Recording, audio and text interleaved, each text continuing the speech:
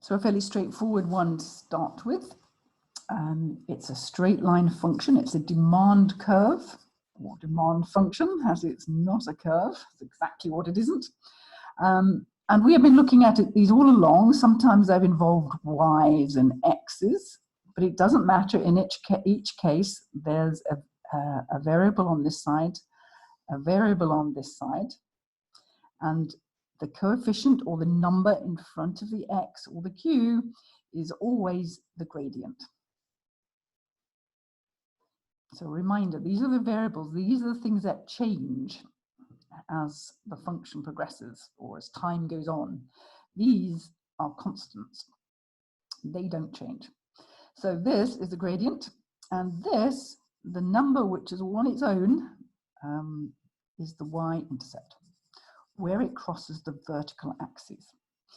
At school, you will have often written them like this, but it doesn't matter because this is the gradient. It's the one next to the variable, and this is the y-intercept. So looking at this function, we can see that the gradient is -2. We got to take the minus there. Okay, so you always have to be careful of that. So that's part A. Part B, it asks us where this line will cross the vertical axis. That's going to be here, because that's what we call the y-intercept. We can even plot this or sketch it very roughly.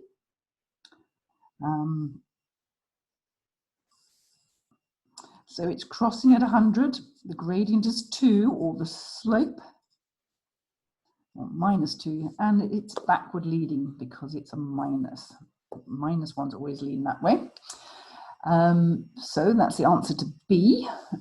And part C, a little trickier. We've now got to find the clearing price. So this is the demand, and we're now being given the supply function.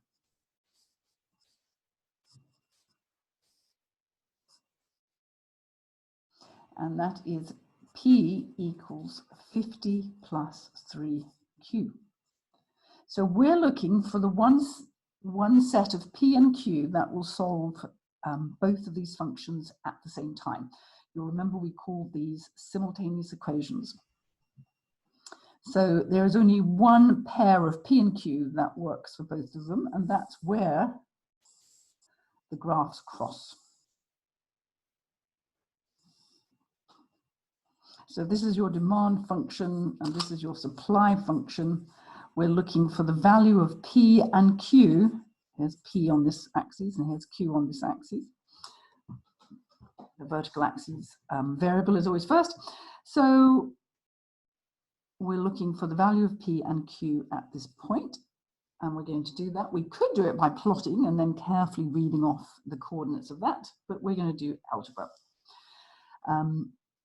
Now, if P equals this and P equals that, then it stands to reason that 100 minus 2Q equals 50 plus 3Q. It has to be, because they're both equal to P.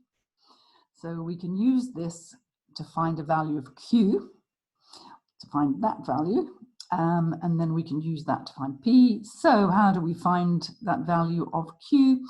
Well, we can see we've got minus 2Q on that side and plus 3Q on that side. So we'd really like them all on this side because they'll all be positive then. So what we're going to do is move that over to that. And you'll remember that whenever we move a term, the sign of it changes. So we leave the 100 there. There's our 50. There's our 3Q. And now we've got plus 2Q. We're essentially adding 2Q from both sides. Disappears from there, comes up here. So we've got 100 equals 50 plus 5Q, 3 lots of Q plus 2 lots of Q. Now we've got 150 on that side. If we bring the 50 over, here's us bringing it over.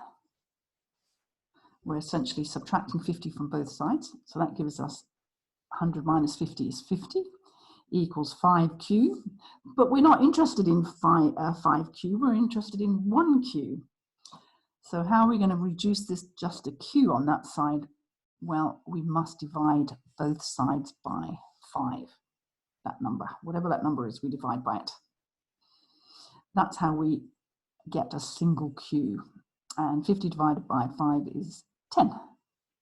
So we know that Q equals 10.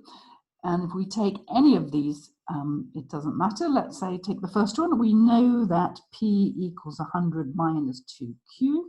We now know that Q is 10. So we say 100 minus 2 times 10, which is 100 minus 20. So P equals 80. So we now know the market will set a clearing price of 80 and 10 units will be sold or transacted.